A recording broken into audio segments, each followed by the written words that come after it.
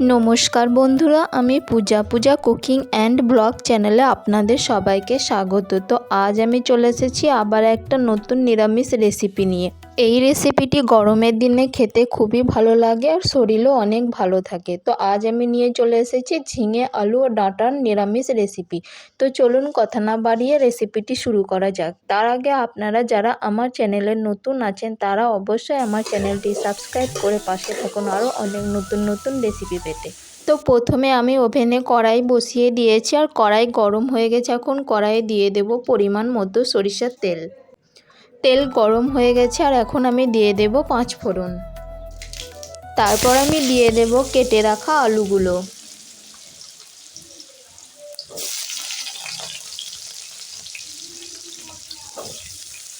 এরপর আমি দিয়ে দেব কিছুটা পরিমাণ হলুদ গুঁড়ো আর দিয়ে দেব কিছুটা পরিমাণ লবণ। এখন আমি আলুগুলোকে নাড়াচাড়া করে লাল লাল করে ভেজে নেব।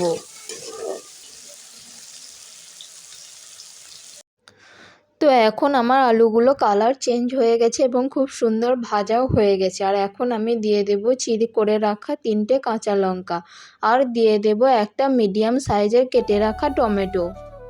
এই পর্যায়ে আমি আরও 1 মিনিট ভেজে নেব। তো টমেটোগুলো আমার অনেকটাই নরম হয়ে এসেছে আর এই পর্যায়ে আমি দিয়ে দেব কেটে রাখা ঝিঙেগুলো।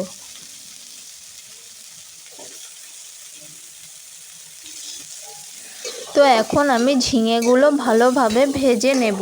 যেহেতু ঝিঙে ভাজার সময় জল বেরিয়ে আসে তাই ঝিঙেগুলো একটু টাইম নিয়ে ভালোভাবে ভেজে নেব। তো ঝিঙেগুলো আমার সুন্দরভাবে ভাজা হয়ে গেছে। এখন আমি দিয়ে দেব কেটে রাখা ডাঁটাগুলো দেবার পর আমি আরও 1 মিনিট নাড়াচাড়া করে ভেজে নেব। তো এরপর আমি অ্যাড করে দেব 1/2 চামচ মতো আদা বাটা। আদার কাঁচা গন্ধটা চলে যাওয়া পর্যন্ত আমি আদা বাটাটা দেওয়ার পর একটু ভেজে নেব। তারপর আমি অ্যাড করে দেব ঝালের জন্য লঙ্কা গুঁড়ো, জিরে গুঁড়ো আর দিয়ে দেব ধনে গুঁড়ো। এখন গুঁড়ো মশলাগুলো যাতে পুড়ে না যায় তার জন্য আমি কিছুটা জল অ্যাড করে দেব এবং নাড়াচাড়া করে আমি 1 মিনিট মতো একটু কষিয়ে নেব। আর এই পর্যায়ে আমি অ্যাড করে দেব স্বাদ মতো লবণ।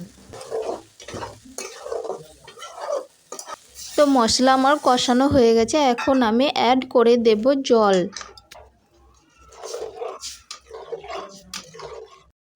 তো ঝোল ফুটতে শুরু করে দিয়েছে আর এই পর্যায়ে আমি ঢাকনা দিয়ে ঢেকে 10 মিনিট মতো মিডিয়াম ফ্লেমে রান্না করে নেব।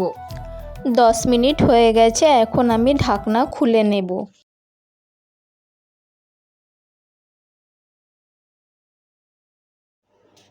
এখন সবজিগুলো খুব সুন্দরভাবে সিদ্ধ হয়ে গেছে। এখন আমি আরও 1 মিনিট লো ফ্লেমে রান্না করে নেব।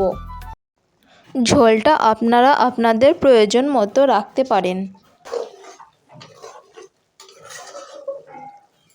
এই পর্যায়ে আমার রান্না কমপ্লিট হয়ে গেছে আর এখন আমি গ্যাস অফ করে 5 মিনিট মতো রেস্টে স্ট্যান্ড বাই রেখে দেব। তো 5 মিনিট পর এখন রেডি হয়ে গেছে গরম গরম সজনে ডাঁটা, ঝিঙে ও আলু দিয়ে নিরামিষ রেসিপি। তো আমার রেসিপিটি কেমন লাগলো অবশ্যই কমেন্ট করে জানাবেন। আর এটি গরমের দিনে গরম গরম ভাতের সাথে খেতে কিন্তু অসাধারণ লাগে। আপনারা অবশ্যই একবার বাড়িতে ট্রাই করে দেখবেন। ধন্যবাদ আমার পুরো ভিডিওটা দেখার জন্য।